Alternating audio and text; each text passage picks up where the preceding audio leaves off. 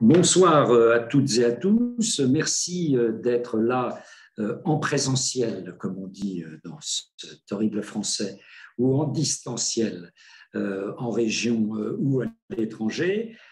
Bonjour à tous nos alumni de région et de l'étranger pour cette séance un peu de rentrée au cours de laquelle nous avons le plaisir d'accueillir Jean-Paul Huchon, ancien de Sciences Po, alumni de 1967. Si c'est la date de sortie, oui. Voilà, la date de sortie. Voilà. 1967, service public. Voilà. En 1967, ancien président de la région Île-de-France qui est un ami depuis de longues années et que j'ai un vrai bonheur à accueillir. Jean-Paul Huchon a eu une longue carrière, après avoir eu une carrière administrative, une carrière politique en tant que maire de Conflans-Sainte-Honorine, de président, je viens de le dire, du Conseil régional d'Île-de-France de 1998 à 2015. Il a eu des fonctions également dans le secteur privé. Et puis, bien sûr, il a joué un rôle éminent aux côtés de Michel Rocard quand il était ministre du Plan et ministre de l'Agriculture en tant que directeur de cabinet. Et ensuite, lorsque Michel Rocard était à Matignon comme Premier ministre. Donc une longue carrière politique, une présence toujours extrêmement active dans le débat, à la fois le débat politique et le débat de réflexion également sur la gouvernance publique, puisqu'il dirige l'Institut de la gouvernance publique auquel j'ai l'honneur de participer de temps à autre, et puis dans le débat public, avec en particulier cette intervention qui a fait le buzz, comme on dit maintenant aujourd'hui, de l'ancien président socialiste et toujours socialiste et social-démocrate, précise-t-il toujours, plutôt, ce qui est important, voilà, de la région Île-de-France, qui a apporté entre les deux tours des régionales son soutien à Valérie Pécresse, actuelle présidente de la région d'Île-de-France et ancienne adversaire politique de Jean-Paul Huchon. Alors ce soir, nous allons parler de quelque chose dont on ne parle pas assez souvent à Sciences Po et plus largement d'ailleurs aussi à Sciences Po Alumni, qui est la question en effet des élus locaux, de la décentralisation.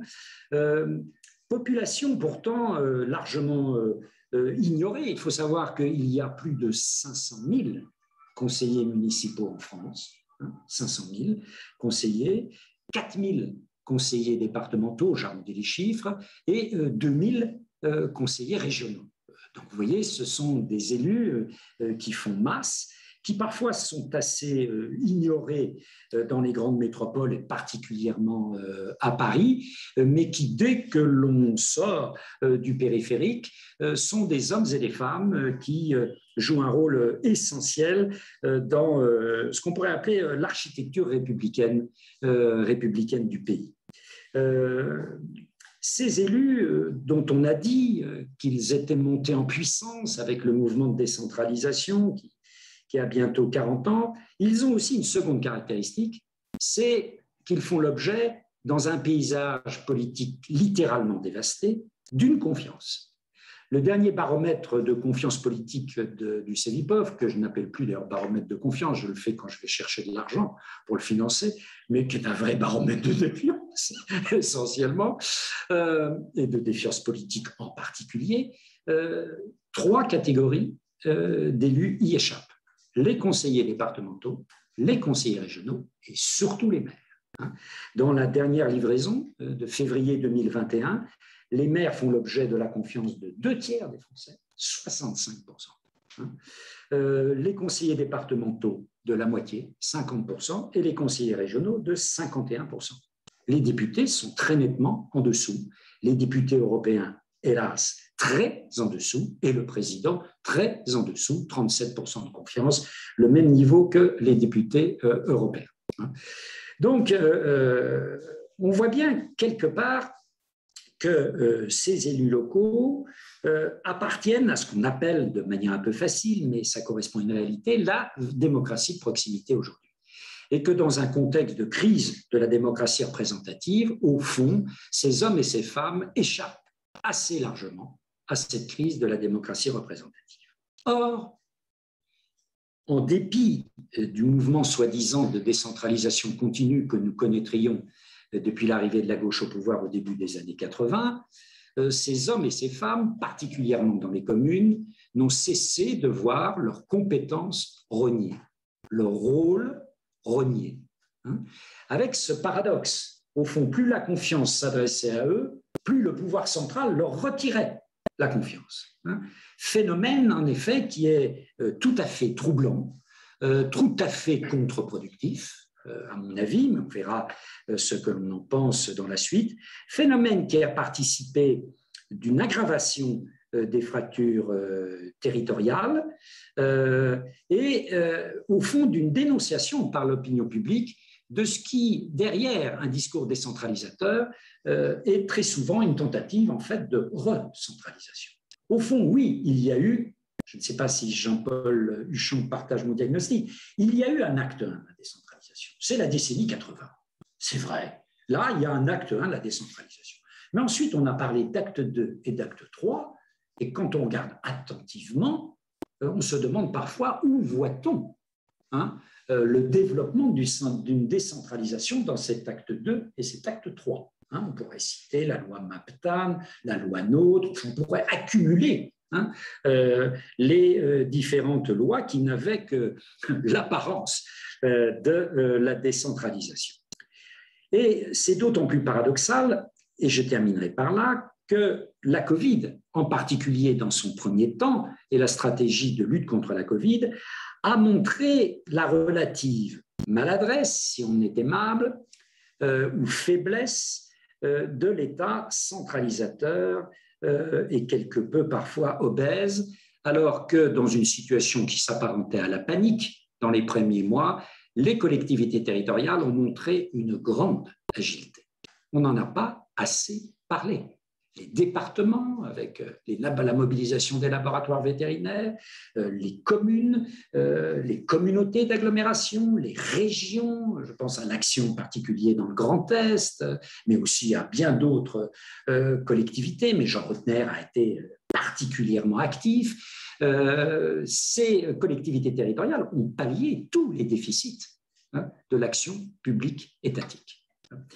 Donc, au fond, on va s'interroger avec Jean-Paul Huchon sur pourquoi, alors que le président Macron, lorsqu'il est élu, dénonce un certain vieux monde, promet un renouvellement profond de l'action publique, pourquoi cet homme et cette présidence s'est caractérisé, au fond, par une forme de recentralisation, à la fois dans la réalité et dans le symbole, extrêmement forte, peut-être assez exceptionnelle, même quand on regarde les 5 ans qui viennent de s'écouler, et comment, au fond, à quelques encablures de l'élection présidentielle, on a l'impression d'un peuple français dans une situation de relative anomie, un désert de corps intermédiaires qui a été, certes, le fruit d'une évolution, mais qui a été aussi largement entretenu, créé, provoqué par le pouvoir politique, et un président en haut de la pyramide qui est dans une situation de toute puissance dont on sait largement qu'elle est artificielle. Et c'est un des éléments, à mon avis, extrêmement délétères de la conjoncture politique actuelle et de la France à quelques mois de ce grand rendez-vous que sera l'élection présidentielle. Donc, pour réfléchir à tout cela, je passe tout de suite la parole à Jean-Paul Huchon, que je remercie encore une fois très profondément d'avoir bien voulu se prêter à ce diagnostic, réflexion et proposition. Merci Jean-Paul. Merci Pascal, l'introduction a été riche parce que met le doigt sur un paradoxe quand même absolu. Tout le monde dit qu'il faut que les élus aient davantage de compétences, de pouvoir, participent à la gestion de l'action publique. Et puis, en réalité, on leur a petit à petit imposé à nouveau les préfets. Parce que il faut se rappeler que la décentralisation, en quelques mots, au départ, c'est Mitterrand. C'est Mitterrand a essayé de faire. Et Mitterrand, sa conception de la décentralisation, je la connais bien parce que Pierre Mauroy est venu à la région pour expliquer tout ce qui s'était passé en matière de décentralisation juste avant sa mort. Et il a fait un truc éblouissant, mais dont le premier volet était terrible, c'est-à-dire Mitterrand, de toute manière, la seule chose qui l'intéressait, c'est de se débarrasser des préfets. Parce qu'ils emmerdaient les maires, etc. Et donc, il n'a pas du tout été impliqué dans la deuxième partie de la décentralisation, c'est-à-dire les conseils gérants, mais surtout les conseils régionaux, la création de grandes entités régionales. Et pour une raison très simple, hein, qui est que Mitterrand, comme beaucoup de socialistes, se méfie terriblement des notables et se méfie des barons. Je raconte souvent cette anecdote incroyable où Mitterrand reçoit Rocard, comme il le recevait une fois par an, c'était quand même pas souvent, et il lui dit, Monsieur le Premier ministre, quels sont vos soucis, vos chantiers en ce moment? Et Rocard venait de recevoir un grand préfet qui s'appelait André Philippe, et Olivier Philippe, le fils d'André, justement, et qui lui avait dit, en Île-de-France, Monsieur le Premier ministre, ça ne va pas du tout, c'est un foutoir absolu, il y a, au niveau universitaire, au niveau des transports, etc. Donc, il faut un schéma directeur en Île-de-France. Un schéma directeur en Île-de-France, et Mitterrand cligne des yeux et dit, mais Monsieur le Premier ministre, comment pouvez-vous vous intéresser à ça? Ici, le béton, le bitume, le bruit, la pollution. Vous m'auriez parlé d'un village avec des coquelicots, avec une petite église, ça j'aurais compris, mais pourquoi vous intéressez-vous à des choses si ennuyeuses? Rocard voit que l'exocète est déjà parti, qu'il va le prendre en pleine poire et qu'il ne peut rien y faire. Et à ce moment-là, Mitterrand lui dit un truc terrible, il lui dit « à moins que vous vouliez devenir président de la région Île-de-France », ce qui était doublement injurieux, puisque Rocard était candidat à la présidence de la République et que l'Île-de-France était considérée comme en dessous à l'époque. Et donc Mitterrand se méfiait terriblement des barons, il n'a jamais voulu faire vraiment une décentralisation régionale. Mauroy, de faire, s'ils sont essayés, parce qu'eux-mêmes, il y avait des intérêts politiques internes, mais ils ne sont pas arrivés. Donc la décentralisation, au départ, c'est surtout la séparation de la tutelle. C'est-à-dire, il faut se souvenir quand même qu'avant la décentralisation que Mitterrand a imposée, et difficilement à l'Assemblée, avec une droite qui était unanime pour rejeter la décentralisation. Alors qu'aujourd'hui, si vous voyez la droite, elle ne parle que de territoire, décentralisation, etc. J'ai vu Xavier Bertrand cette semaine, il a fait tout un numéro sur les territoires, il n'y a que ça de vrai, c'est le sel de la terre, etc. Donc à l'époque, il impose cette réforme et je pense que c'est quand même la réforme peut-être la plus importante que les socialistes à l'époque ont réussi à imposer. Bien sûr, il y a eu la peine de mort, les questions sociales, il y a eu tout ça, et l'Europe, évidemment. Mais la décentralisation est la réforme la plus importante. Mais elle a été faite d'une drôle de manière. Elle a été faite d'une drôle de manière parce qu'on n'a pas voulu aller au bout. C'est-à-dire qu'il y avait une possibilité de faire la décentralisation comme les Allemands, comme les Espagnols, comme les Italiens. C'est-à-dire une architecture institutionnelle républicaine qui permette d'associer les collectivités locales aux décisions publiques et petit à petit d'avoir une partie des problèmes qui se traitaient au niveau local et une partie des problèmes au niveau national. Moi, j'ai emmené tous les présidents de région une année en Allemagne, à Berlin, et on a été reçu par le chancelier Schröder. Et il nous a montré la salle du Conseil des ministres. Il y a un premier rang, il y a les ministres, et il y a un deuxième rang où il y a tous les présidents de région qui participent à tous les conseils des ministres. C'est quelque chose de franchement révolutionnaire par rapport à ce que nous vivons, nous, en France.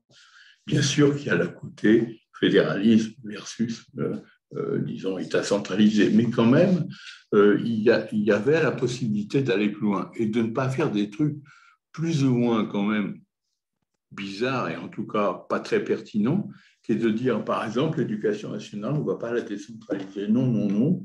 On va juste donner aux communes l'école primaire, aux collèges, aux départements les collèges, aux régions.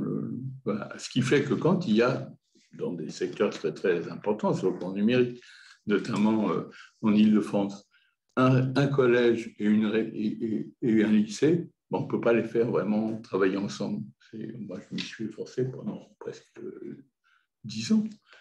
C'est pratiquement impossible, vous ne dépendez pas des mêmes possibilités. Donc, on n'a pas réussi une décentralisation qui remettait vraiment les pouvoirs. Et je pense que la décentralisation française, elle est sympathique. C'est vrai que ça a changé quand même beaucoup de choses. Moi, j'ai été maire, c'est vrai qu'on était quand même beaucoup mieux traité après la décentralisation. Mais on n'a pas fait ce qu'il fallait pour faire un pays décentralisé. Et pourtant, Pascal le sait bien, là, aujourd'hui, et depuis Jean-Pierre Raffarin, et Sarkozy, d'ailleurs, le pays est dans la Constitution décentralisé. Il est décentralisé dans la Constitution, mais il n'y a pas de véritable traduction de tout ça. Alors, comment est-ce qu'on peut expliquer ça? À droite, on a toujours privilégié, disons, l'autorité par rapport à la décentralisation dans un premier temps. Ensuite, la droite est décentralisatrice parce que c'est devenu le meilleur moyen pour s'opposer au gouvernement d'en face. Mais il y a quand même une tendance décentralisatrice très forte à droite qu'on voit aujourd'hui chez les candidats à la présidentielle. La gauche, elle a voulu cette décentralisation pour se libérer de la tutelle de l'État et des préfets, mais elle n'a jamais accepté l'idée d'une France vraiment décentralisée, diversifiée, où on peut avoir des réglementations différentes d'une collectivité à l'autre et où on peut faire de l'expérimentation de manière très différente de ce qu'on fait aujourd'hui. Elle ne l'a jamais accepté, la gauche. À grande majorité, je dirais. Moi, j'étais avec Alain Rousset, qui était mon collègue d'Aquitaine, qui est toujours président d'Aquitaine, un des seuls à dire qu'il fallait maintenant que les régions prennent en charge l'emploi, le travail, l'éducation, la formation, etc. J'étais un des seuls. Les autres disaient « Ah non, ça c'est de la privatisation ». Les socialistes. Et même les plus modérés des socialistes étaient et restaient centralisateurs jacobins. Donc entre le jacobinisme et le girondinisme, moi j'ai fait mon choix depuis longtemps, mais on reste minoritaire. Et c'est la raison pour laquelle la question de la décentralisation a toujours été difficile à traiter. Et qu'aujourd'hui, après des années et des années de décentralisation effective, malgré tout, sur certains sujets importants, par exemple, le fait que maintenant les régions sont pratiquement les seules à pouvoir distribuer des aides économiques aux entreprises, aux communes, etc. Malgré tout ça, on n'a pas beaucoup avancé sur la gestion de la chose publique en France à égalité, ou en tout cas en coopération, entre collectivités locales et État. Alors, comment ça peut s'expliquer? Donc par l'histoire. Parce que ceux qui se disaient les républicains de l'époque, c'est-à-dire les républicains de l'an 2, Valmy, etc., pour eux, c'était simple. Il y avait les méchants qui étaient dans les provinces et qui étaient soit des notables, soit des nobles, etc. Et puis, il y avait la République qui venait conquérir tout ça et y compris massacrer les opposants, parce qu'il faut bien le dire, moi, je date ça de la chouannerie. La chouannerie, c'est ce que c'est. Dans les livres d'histoire, on trouve tout ça, mais ça a été quand même l'extinction programmée par la République de ses opposants locaux. Et je crois que cette question, aujourd'hui, on la retrouve. On la retrouve comment? Parce que, justement, Emmanuel Macron, qui a pourtant beaucoup, je dirais, vanté la décentralisation, le débat, le dialogue à la base, etc. En réalité, Emmanuel Macron, il a une caractéristique première, c'est qu'il n'a jamais été élu nulle part. Ce n'est pas qu'il n'ait pas été élu, c'est qu'il ne s'est même pas présenté. Et que c'est le seul cas en France d'un président qui arrive de nulle part et qui n'a jamais connu le cursus de la vie locale. Et donc ça ne le prédisposait pas à faire la place aux collectivités locales. Et ça ne le prédisposait pas du tout parce qu'il avait d'autre part des a priori. Un a priori, c'est qu'un élu, c'est un démago, c'est un clientéliste. Il y en a, hein. Il y en a des clientélistes, on en connaît. On a vu Balkany, tout ça, on en a vu, mais il n'y a pas que des Balkany en France, hein, bien sûr. Et puis, il n'y a pas à tortiller, si j'ose dire. Macron considère qu'au fond, les élus, au fond d'eux-mêmes, sont des gars qui sont un peu, on va même dire, prévaricateurs. C'est-à-dire que ce sont des gens dont la morale est douteuse et dont les intérêts sont prépondérants. Ce qui est, alors vraiment, quand on sait comment vit un élu local aujourd'hui, et on pourrait parler des rémunérations, etc., et du statut, est totalement grotesque. Hein, parce que, bien sûr qu'il y a des élus. Tout à l'heure, avant de venir, j'ai trouvé dans mon téléphone un relevé de tous les salaires des gens les plus connus en politique. Bon, à part un cas, qui est un cas particulier, parce que c'est le Conseil constitutionnel, hein, mais le gars gagne 12 000 euros par mois, très bien. Mais le reste, Marine Le Pen, 5 000 euros, les autres présidents de région, entre 4 et 6 000 euros, etc. Tout ça est complètement pitral de penser ça. Mais c'est le fond de la pensée d'Emmanuel Macron, qui en plus arrive comme un réformateur, donc quelqu'un qui va bousculer les choses. Et pour bousculer les choses, il faut d'abord, au fond, évacuer, ou en tout cas contourner, ou en tout cas gêner tout ce qu'on appelle les corps intermédiaires. Et Pascal, je sais bien, ça ne touche pas que les collectivités locales, ça touche les syndicats, ça touche toutes les organisations professionnelles, les chambres de commerce, etc. Tous ceux qui sont aujourd'hui en charge d'un travail intermédiaire, ça, Macron n'en veut pas. Il n'en veut pas.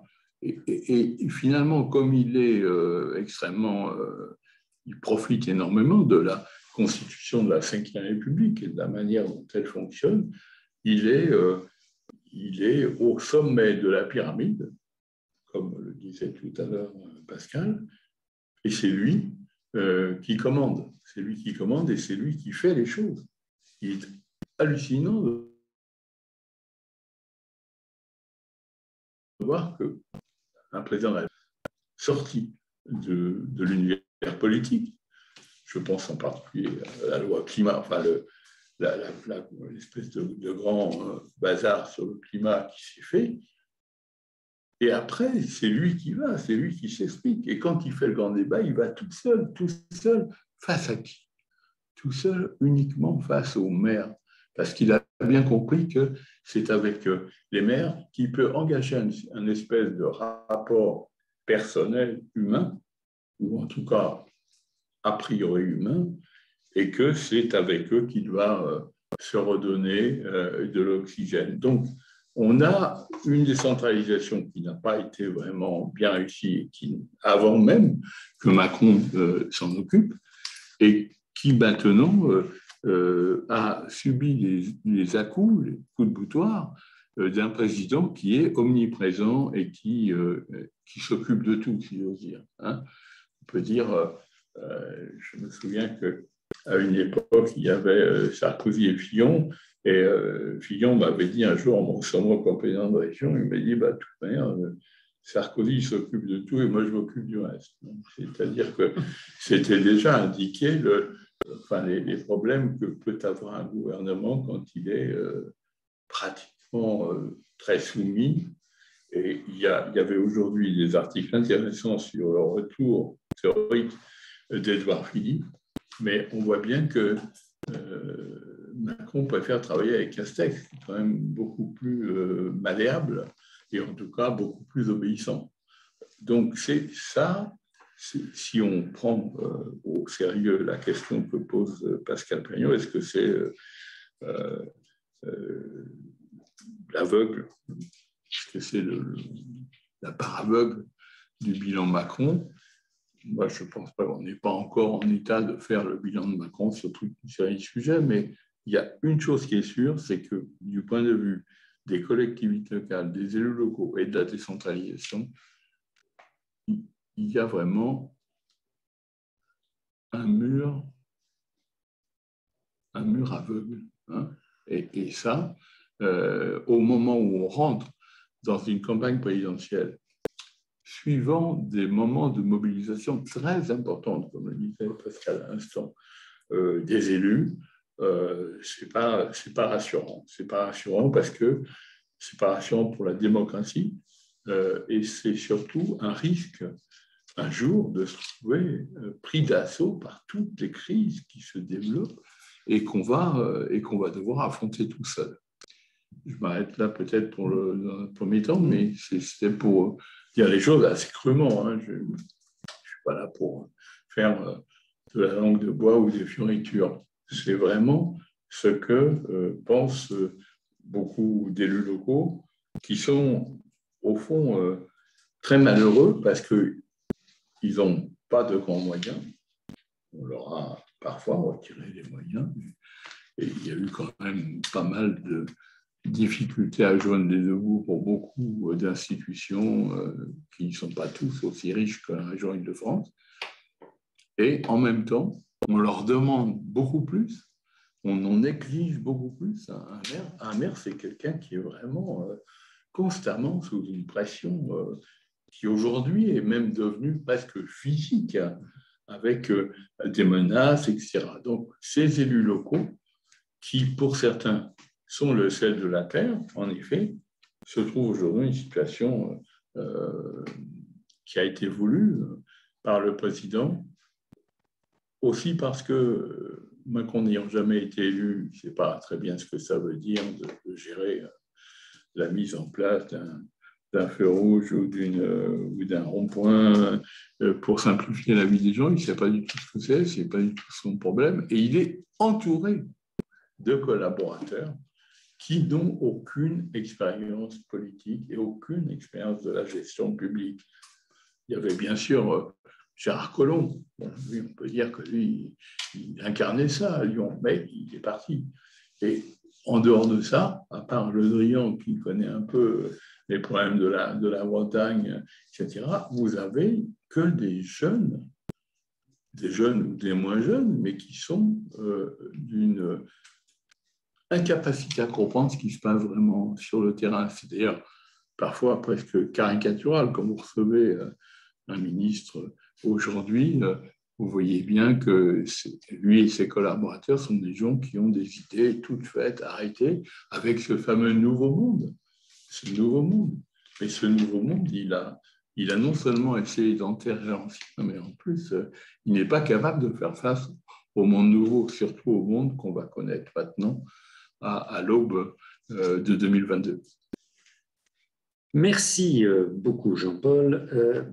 En t'écoutant, est-ce que dans cet relatif ou total échec du macronisme sur un terrain sur lequel on l'attendait tout de même au début, parce que à la fois le discours du candidat Macron, la réalité de l'organisation politique qu'il avait mise en place, qui était une organisation extrêmement horizontale, qui était censée être le paradigme presque d'une nouvelle forme d'organisation de l'action publique et peut-être de l'organisation politique de la France, on s'aperçoit, et ça vient très vite, que dès l'été 2017, le dialogue avec les élus locaux est manqué. C'est la première rencontre à la conférence nationale territoriale où il ne se rend pas, si ma mémoire est bonne. Et ce qui m'a intéressé, moi, c'est que la première sanction électorale du macronisme, personne n'en a parlé, mais ce sont les élections sénatoriales, c'est bien la France locale, les élections sénatoriales, parce que le corps électoral est un corps d'élus locaux. Et c'est la sanction redoutable des élections sénatoriales de septembre 2017. Donc ça a commencé très vite, ce malentendu entre les élus locaux et notre président de la République. Et comme disait Jacques Lacan, quand il y a un malentendu, c'est qu'il y a un malentendant.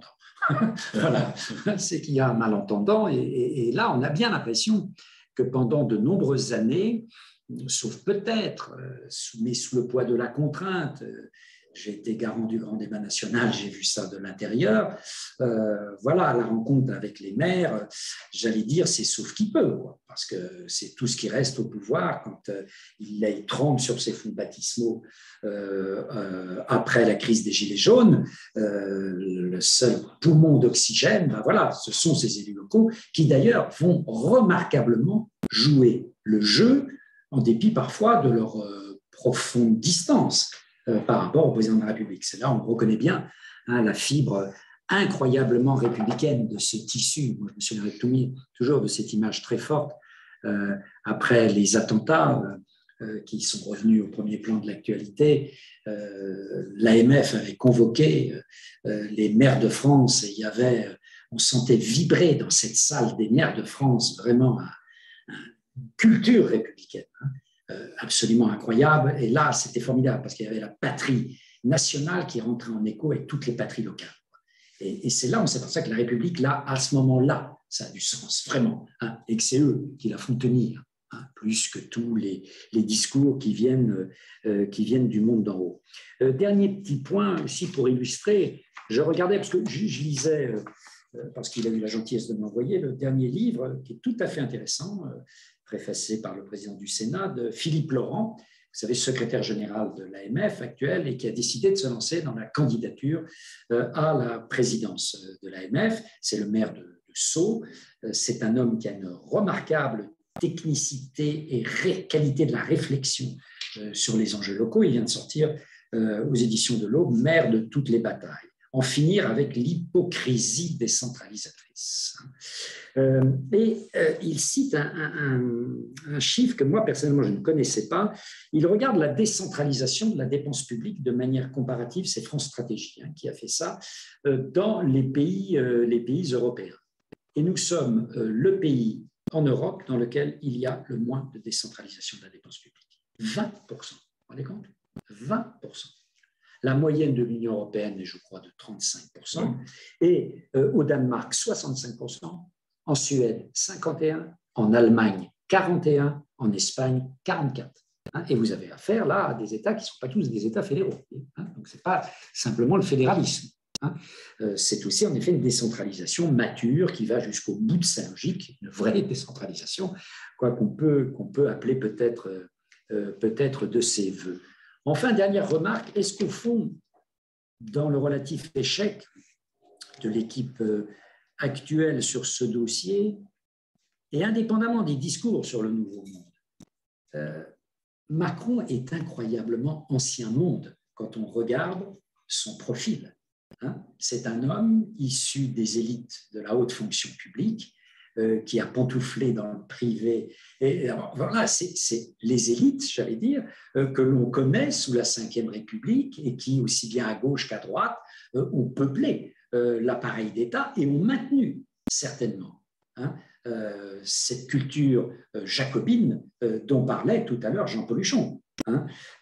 C'est vrai que la culture girondine, quand vous avez affaire à cette population, qu'elle soit de gauche, de droite ou d'ailleurs, pour le président de la République, c'est une tâche, il faut vraiment avoir la foi qu'a Jean-Paul ou la foi qu'a Alain Rousset, si vous voulez, ou la foi qu'a Jean Rotner, pour tenter de faire bouger le système.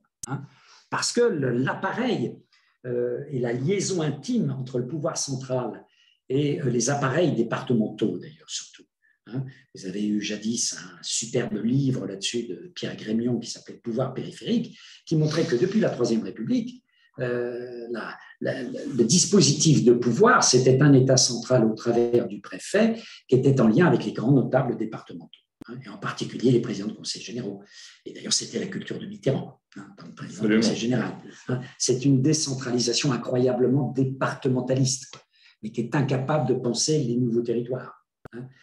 Que ce soit les communautés d'agglos, que ce soit la région, que ce soit les métropoles, etc. On reste dans cet univers qui est un univers 3e, 4e République et tous les débuts de la 5e République. Bien.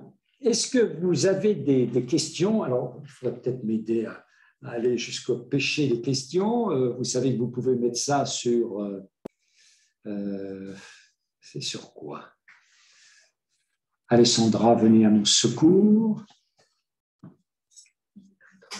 Elles apparaîtront ici. Donc, posez des questions, ou bien, si vous voulez, puisque vous êtes en direct, vous ouvrez votre micro et vous posez directement à Jean-Paul Huchon questions, remarques, contestations, remises en cause. Tout est permis.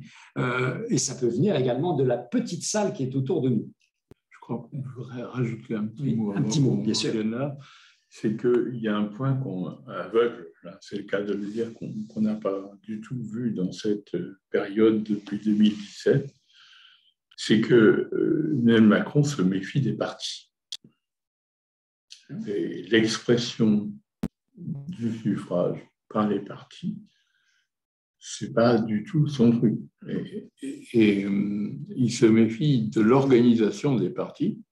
Il considère au fond que les partis sont des opposants, des magots, ou parfois même carrément désagréables. Mais en plus, on voit bien qu'il n'aime pas les partis puisqu'il a tué le sien propre. C'est-à-dire qu'il y a mis une ardeur. Voilà, et on voit bien qu'En Marche, il ne s'y est jamais intéressé, il n'a jamais mis éventuellement les personnes qui auraient pu en faire quelque chose. Et par conséquent, ça montre un espèce d'écart avec les structures démocratiques habituelles qui est quand même particulièrement perturbant. Et je pense on est en train de vivre ça au maximum dans cette période préélectorale, parce qu'on va bien voir que les partis sont quand même utiles pour exprimer le suffrage et l'opinion. Mais là, en l'occurrence, il n'y a plus personne qui imprime quoi que ce soit. Et donc là, c'est un peu une des responsabilités de la période. Alors bien sûr, on va dire, c'est vrai que l'arrivée au pouvoir de Macron a été le fait assez largement de la nullité des uns et des autres. Il faut quand même dire les choses comme elles sont. Bon, pour arriver à mettre Benoît Hamon en tête des candidats socialistes, il fallait quand même avoir un certain estomac. Mais il a, paraît-il, aujourd'hui déclaré, on disait qu'il a déclaré qu'il abandonnait la vie politique. Bon, ben, je pense qu'il y a longtemps qu'elle l'avait abandonné, ça c'est sûr. Mais donc cette méfiance à l'égard des partis et donc au fond de l'expression normale du suffrage populaire est quand même un des éléments à prendre en compte. Et alors c'est encore plus à prendre en compte quand on voit ce qui s'est passé au régional. Les régionales récentes, élection triomphale, avec une abstention qui en dit beaucoup sur justement l'attachement à la démocratie en France, mais élection triomphale de tous les anciens, tous les élus. Moi, je n'aurais jamais pensé que le patron de la région centre soit réélu, que Marie-Guy Dufay soit réélue en Franche-Comté, etc. Mais ni même que Madame de la Moncey, je crois, soit élue dans les Pays de la Loire. Donc, ce qui s'est passé, c'est qu'il y a quand même cette permanence des élus, Pascal le disait très bien tout à l'heure, parce qu'on leur fait encore confiance. Et puis en même temps, cette incapacité à dépasser cet obstacle qui est devant nous. Moi, je continue à penser, mais de manière profonde, qu'on pourrait avoir un pays qui fonctionne complètement différemment. j'étais directeur de cabinet d'un Premier ministre, on me faisait présider dans des réunions interminables et très nombreuses, mais où je n'avais rien à faire. Je veux dire, très franchement, quand le DC-10 de Libye s'est écrasé en Libye, il a fallu ensuite, comme les gens s'étaient tous éclatés, ils étaient atterris par terre dans des conditions épouvantables, etc., il a fallu une réunion pour attribuer les cadavres aux uns ou aux autres. On m'a fait présider cette réunion, mais quelle compétence j'avais pour faire ça. Et de la même manière, quand j'étais à la région, je présidais un syndicat des transports parisiens qui est en fait entièrement géré par la région. Il n'y a plus de grève, il n'y a plus ça, c'est fini. Avant, dès qu'il y avait même quand j'étais à Matignon avec Rocard, il y avait des grèves des transports tous les jours et c'était le ministre des Transports ou le Premier ministre qui devait aller s'expliquer. Mais tout ça, c'est fini. Ça n'a plus de sens. Alors, je rêve quand même d'un pays dans lequel on puisse traiter les problèmes là où ils sont, au ras du terrain, et pas nécessairement avec des grandes envolées qui ne veulent rien dire. Voilà, c'est quand même c'est le point que je voulais ajouter. Je m'excuse d'avoir été un peu... Et qui pose un problème important, parce que dans la crise de la démocratie représentative, quand on regarde les enquêtes et quand on écoute surtout dans les entretiens qualitatifs les électeurs, on s'aperçoit au fond qu'un des éléments fondamentaux de la crise et du retrait de la sphère politique, particulièrement dans la pulsion abstentionniste qui devient majoritaire, c'est le fait qu'on considère que le politique est devenu impuissant. Est devenu impuissant, est devenu inefficace. Or, quand on regarde réellement, on s'aperçoit très souvent que la démocratie locale, elle, est efficiente sur les dossiers qu'elle a en charge. Elle est efficiente. Et on l'a vu en particulier, au fond, dans les 6 premiers mois de la Covid. S'il n'y avait pas eu cette efficacité des collectivités régionales, des communes, des départements, on se demande comment tout ça se serait terminé. En regardant, c'est peut-être très injuste, mais la manière dont Agnès Buzyn est convoquée maintenant devant la Cour de justice de la République sur ce terrain-là, pour dire au fond, l'État était tellement incapable que voilà, ça pose peut-être un problème majeur de responsabilité individuelle au plus haut niveau. Mais en même temps, la démocratie locale était efficiente. Et on s'aperçoit, quand on fait une analyse comparée, ce qui commence à être fait du caractère plus ou moins performatif des mesures prises de lutte contre l'extension de la pandémie, que très souvent, les systèmes qui ont donné au local une vraie marge de manœuvre ont été plus efficaces. Il y a une efficacité terrible, c'est le nombre de morts pour 100 000 habitants. Ont été plus efficaces que des systèmes incroyablement centralisés, et dans lequel l'État, avant de se régler, a perdu un temps qui a coûté des vies, tout simplement. Et ça, on le voyait au début. Ce que tu disais tout à l'heure sur Schröder te faisant visiter la scène, on voyait la chancelière Merkel décidait sans arrêt avec les présidents de Länder, qu'ils soient SPD, CDU, CSU ou autres, quoi. Et ensuite, il y avait une efficacité, une différenciation d'ailleurs sur le territoire, alors que pendant longtemps, on a refusé la différenciation sur le territoire français.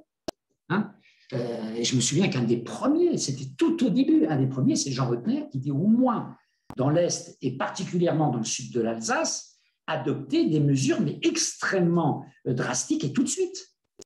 Et pas du tout la logique de la haute administration publique, c'était de Dunkerque, je ne vais pas dire à Tamanrasset, mais de Dunkerque à Marseille et de Strasbourg à Brest, ça sera la même règle.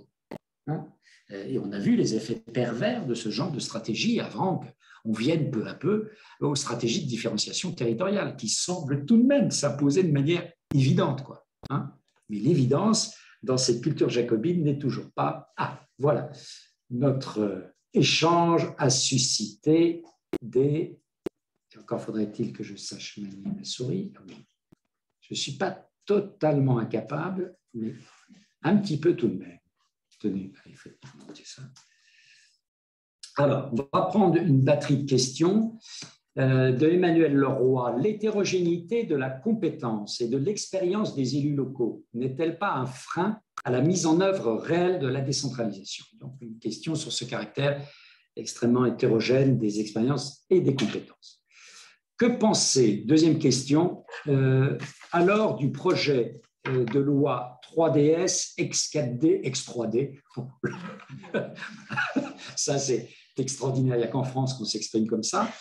Voilà. Fera-t-elle réellement évoluer les relations entre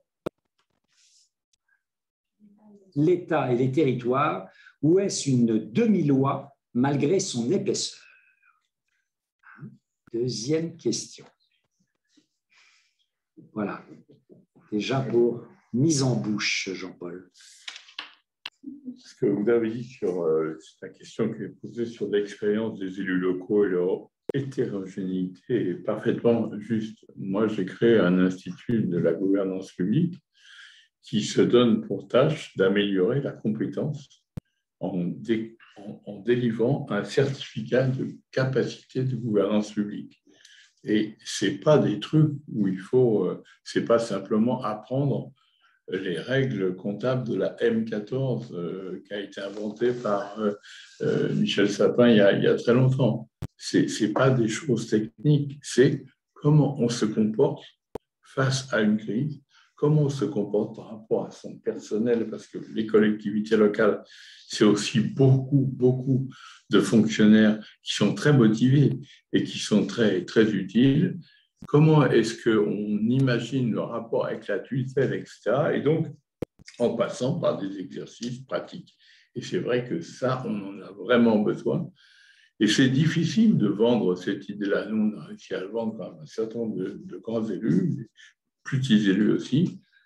Mais c'est difficile parce que, comme le disait Pascal tout à l'heure, tout le monde dit « Oh, bah, le maire, c'est plutôt bien » et tout ça. Donc, il dit « Pourquoi vous avez l'air de chercher à les rendre encore plus compétents puisque tout le monde dit qu'ils sont formidables ?» Oui, non. Il y a besoin d'une compétence d'action sur le terrain. C'est-à-dire il faut savoir-être et savoir-faire. Savoir-faire, mais pas seulement savoir-faire, savoir-être. Ce qui renvoie d'ailleurs à la conception de l'action politique. Elle est avant tout une action qui doit parler aux gens et leur parler réellement et le plus près possible.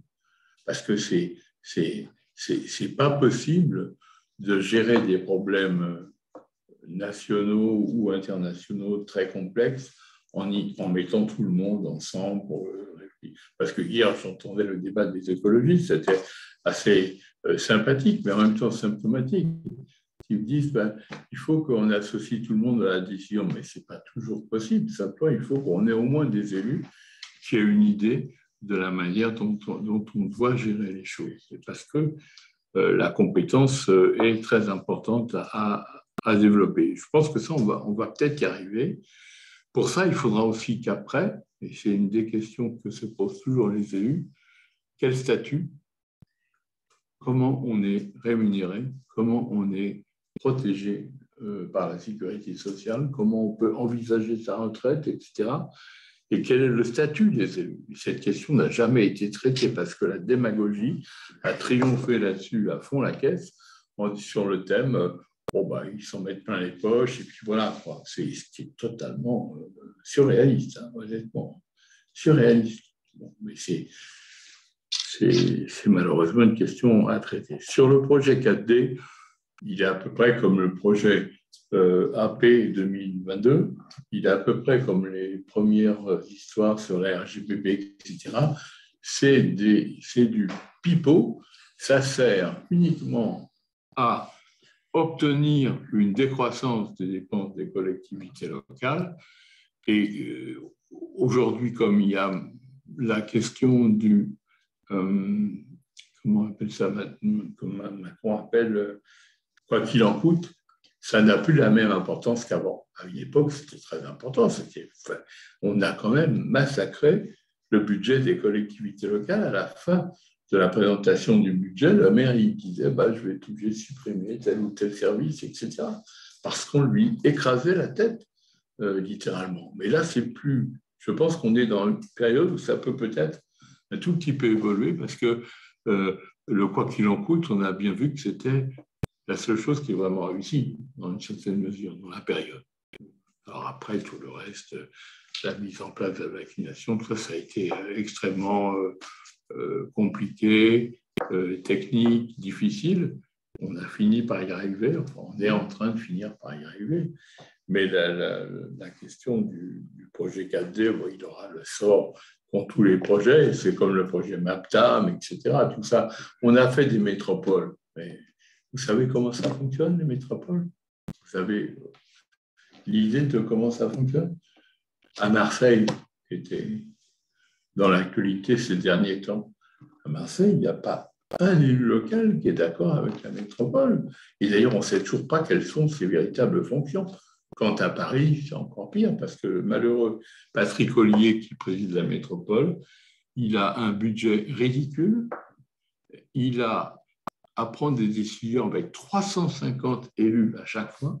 Vous voyez le problème. Moi, j'ai géré une collectivité locale, il y avait 209 élus, c'était déjà, ça durait très, très longtemps et c'était très compliqué.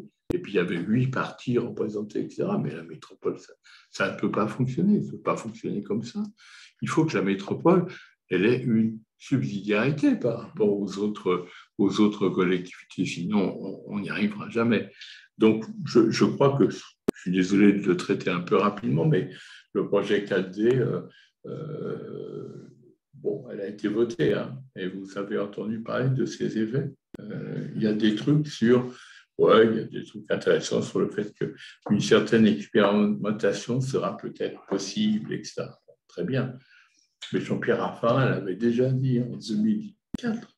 Et donc, il y a beaucoup de retard sur ce sujet. Autre question? Ou ici, il y en a d'autres?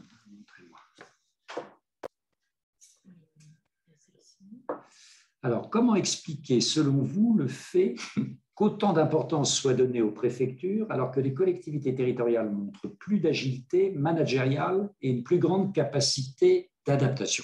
J'espère que les préfets ne sont pas trop nombreux ce soir dans l'assistance. Je pense que le corps préfectoral a subi un choc majeur au moment de décentralisation en 80 et 82.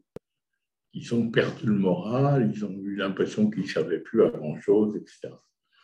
Depuis que Macron est là, ils ont l'impression d'être redevenus, en quelque sorte, les roitelets de chaque département ou de chaque région.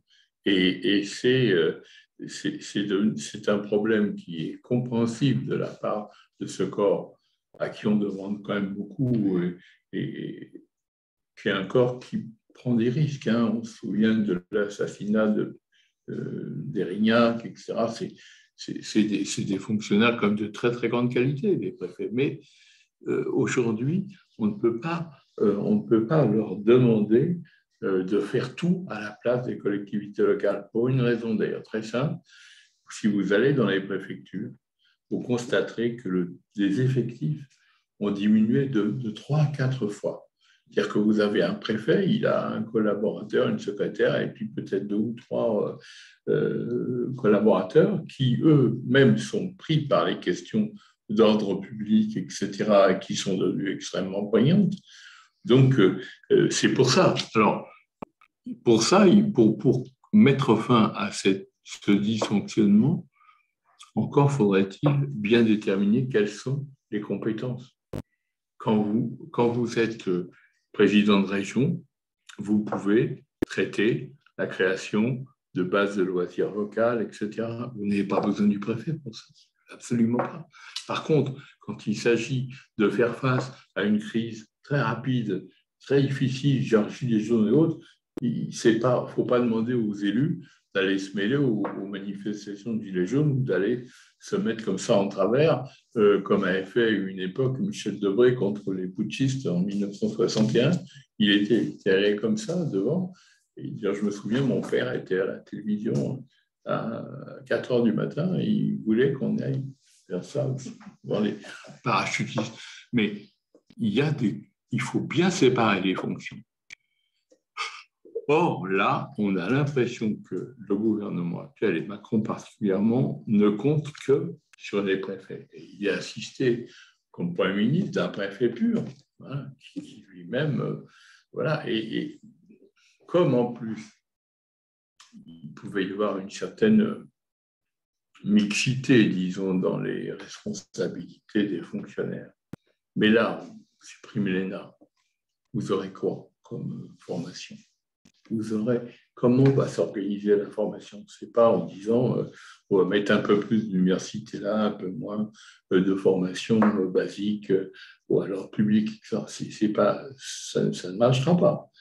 Donc, je crois qu'il faut bien séparer les fonctions. On a besoin des préfets, c'est clair. C'est un corps qui est soumis à une très forte pression. Mais en même temps, on ne peut pas leur demander de faire le travail. Alors, pourquoi ça marche comme ça aujourd'hui? Toujours la même chose, la méfiance à l'égard des élus, leur soi-disant démagogie, leur clientélisme, etc. C'est ce truc-là, tant qu'on aura ça sous le nez, on n'y arrivera pas. Et je pense que, dans une certaine mesure, la pandémie a permis d'en sortir un peu, parce qu'on a vu des élus qui jouaient un rôle vraiment de service public. Et que c'était très important. Je pense que si on tire un peu, après la campagne électorale ou pendant, les leçons de ce qui s'est passé pendant la pandémie, on devrait pouvoir imaginer une architecture plus efficace. Mais c'est très optimiste. Et aux côtés des élus, moi, ce qui m'a frappé aussi, c'est dans la réalité des acteurs privés de la société civile. Quand on regarde, par exemple, la manière, en dépit de la réticence des ARS, des agences régionales de santé, la manière dont la Fédération de l'hospitalisation privée s'est mobilisée, hein, ça a été, alors qu'au début, il faisait l'objet d'une méfiance. On est tout de même dans un pays très, très particulier, quoi. C'est incroyablement particulier, hein, alors qu'il y a un réseau de cliniques extrêmement performantes qui offraient ces services. Et au début, qu'on n'a pas utilisé. On n'a pas utilisé les médecins non plus. Enfin, c'est incroyable. C'est très étonnant. Pays étrange. Alors, des questions qui, elles, ne sont pas du tout étranges. Face à cette description apocalyptique, peut-être pas, et tellement vraie de l'échec de la décentralisation, quel serait, selon vous, le bon modèle? Bon. Et deuxièmement, une question de Stéphane, le redécoupage régional en 2016 en grandes régions XXL technocratiques n'a-t-il pas définitivement séparé les citoyens de l'institution régionale? Je réponds tout de suite à la deuxième question parce que je l'ai vécu. Hein. J'ai vu Hollande sur un coin d'une table un peu plus grande que celle-là découper les régions et dire là, la Bretagne, non, pas possible de mettre la Bretagne avec le Pays de Loire, etc. Ça ne s'est pas passé. Il n'y a absolument eu aucune espèce de préparation. Et ça s'est fait pourquoi? Quelqu'un m'a demandé pourquoi on a fait cette réforme. Et moi, je sais très bien, on venait de perdre une élection majeure. Et Manuel Valls a dit il faut, je suis Premier ministre, faire du steering up, comme disent les Américains, et je vais lancer une grande réforme des régions. Et puis à partir de là, on s'est trouvé en face. Il se trouve que hier soir, j'étais avec Marie-Lise Lebranchu, qui était la ministre de la décentralisation à l'époque. On s'est trouvé face à tous les appétits et à toutes les erreurs historiques dans ce domaine. L'histoire de la Bretagne est quand même caricaturale. Et pourquoi mettre l'Aquitaine avec le Limousin mais je veux dire, Alain Housset, il m'a dit, moi, je suis dans ma voiture pratiquement toutes les semaines, toute la journée.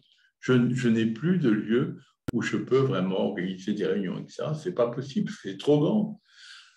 Et Alain Housset le disait aussi assez justement, je le pense aussi,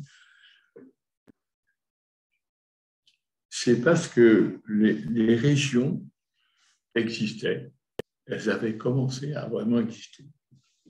Même la Picardie existait, etc., avec des gens qui avaient la vocation à faire avancer la Picardie, etc. Et puis, alors qu'elles étaient enfin arrivées à une véritable identité, en Île-de-France, beaucoup plus difficile, hein, parce que vous savez, tous les ministères et tout ça, ça complique les choses. Mais alors qu'il y avait vraiment Alsace, Bretagne, Languedoc-Roussillon, etc., on dit, ben non, il faut des régions plus grandes. Et ce n'est pas la question des régions plus grandes, ça ne leur donne pas un sou de plus. Il n'y a plus de moyens. Il n'y a pas de moyens dans ces nouvelles grandes régions. Et donc, en effet, c'est quand même un raté magistral. Alors, ils font ce qu'ils peuvent, hein, ils essayent de... Mais quand vous prenez la question des régions de l'Est, par exemple, c'est pas beaucoup plus performant.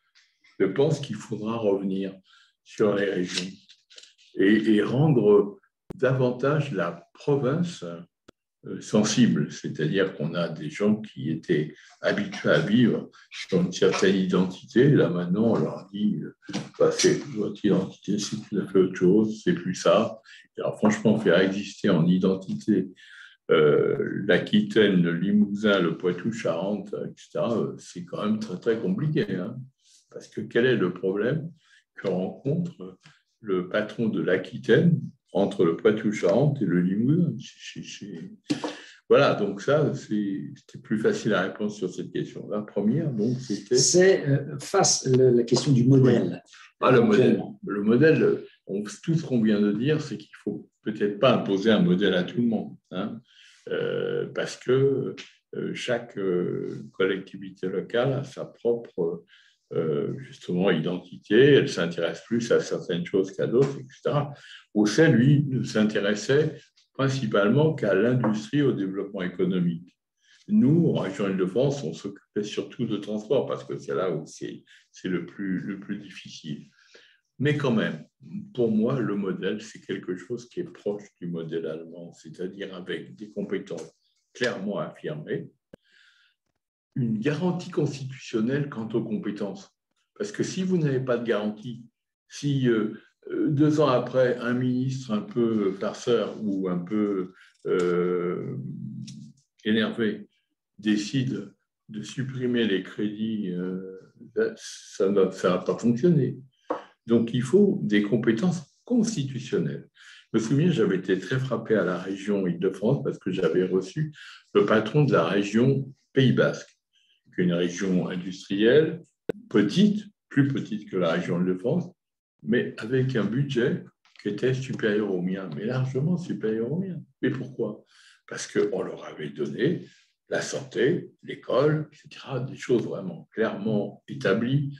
Donc, avec un modèle qui garantit les compétences et qui garantit les ressources, attention, les compétences, les ressources étaient constitutionnelles. Vous ne pouviez pas faire comme j'ai vu faire sous Sarkozy comme sous Hollande, un ministre de l'Intérieur qui dit « Ah ben non, je vais empêcher le développement de telle ou telle activité ou bien je vais diminuer les ressources des collectivités locales. » On ne peut pas faire du stop and go comme ça. Dans aucune entreprise, vous pouvez faire quelque chose comme ça.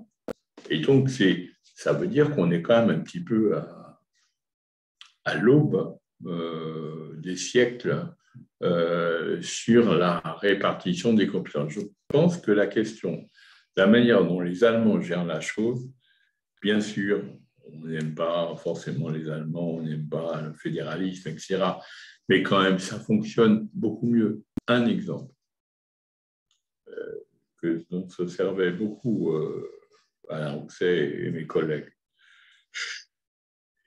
Il y a une entreprise capitale dans toutes les régions, c'est l'entreprise qu'on appelle de taille intermédiaire. C'est ETI, c'est-à-dire des entreprises qui vont à 150, 200, 500 personnes. Mais c'est là où se créent à peu près 90% des emplois par rapport aux grands groupes, par rapport aux PME.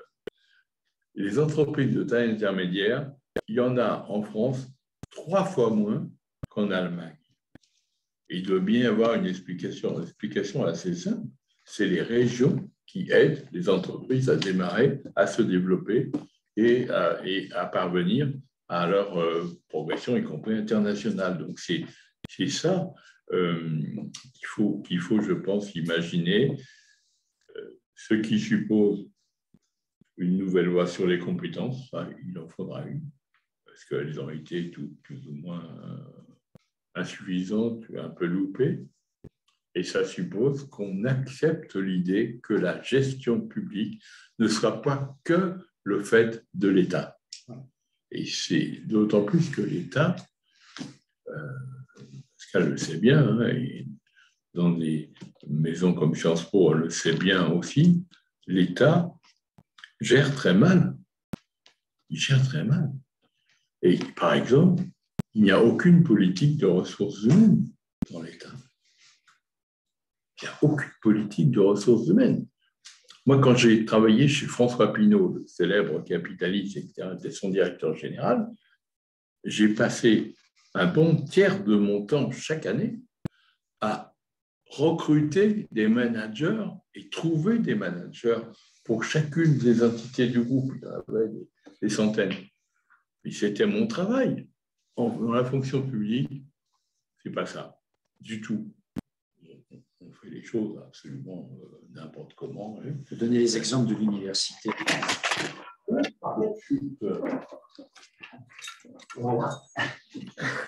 On peut donner les exemples, en effet, de l'université, puisque moi, je suis professeur des universités. Je n'ai jamais rencontré dans ma vie active mon patron, à savoir l'État ou un représentant du ministère, jamais. Et les chercheurs que j'ai gérés pendant de très nombreuses années, qui viennent du CNRS, ces chercheurs n'ont jamais rencontré leur patron au CNRS de leur vie. Donc c'est ça, la gestion des ressources humaines, très souvent dans la puissance publique. Vous voyez la polémique qui a démarré là, sur l'histoire des professeurs, des directeurs d'école, qui pourraient choisir, contribuer à choisir leurs collaborateurs, c'est quand même très significatif. Je suis d'accord que le directeur d'école n'est pas un chef d'entreprise à proprement parler, mais il peut quand même avoir un peu d'aide pour faire son métier. Et cette question, elle reste posée. On n'a pas de schéma intéressant sur les ressources humaines dans la fonction publique. C'est une question qui n'est pas traitée. Et oui, il a raison, Pascal, les gens ne voient pas leur patron. Alors que je peux vous dire que dans le privé, vous voyez peut-être trop. Oui, mais il y avait quand même ils avaient compris que les ressources humaines étaient devenues quelque chose d'important. Bien. Est-ce qu'il y a une dernière question? Je n'en vois plus dans l'espace de discussion. Donc, il me reste, au nom de tous ceux qui ont bien voulu assister en distanciel et en présentiel, avant que l'on repasse totalement en présentiel dans les mois qui viennent, il me reste à remercier vraiment très chaleureusement Jean-Paul Huchon de s'être prêté à cette exploration du malentendu entre le pouvoir actuel et les élus locaux, qui est quand même assez caractéristique du mandat qui vient de s'écouler, même si, quand on t'écoutait, sous Hollande et sous Sarkozy, c'était pas beaucoup mieux. Voilà. Non, c'est vrai, la réforme administrative n'a jamais passionné. D'ailleurs, c'est caricatural, il y a des ministres qui se sont intéressés à leur administration, qui ont travaillé. L'exemple le plus marquant, je crois, c'est Juppé. Juppé a vraiment révolutionné le fonctionnement du ministère des Affaires étrangères. Mais la plupart des ministres, c'est leur seconde préoccupation, voire la dernière. Bon, voilà. Moi, comme président de la région, je présidais tous les comités paritaires du personnel, tous. J'y perdais des heures infernales, des déclarations syndicales infernales, etc. Mais je le faisais parce que si vous n'êtes pas, si j'ose dire, en accord avec votre personnel, ce n'est pas la peine d'essayer de vous représenter la prochaine fois. Voilà. Très bien. Bon, prenons-en de la graine, nous aussi à Sciences Po. À Sciences Po Alumni et à Sciences Po. Ces problèmes sont des problèmes, j'allais dire, quotidiens que l'on affronte des deux côtés de la rue Saint-Guillaume. Voilà. À très bientôt, donc à toutes et à tous, puisque nos activités reprennent pleinement depuis le début septembre.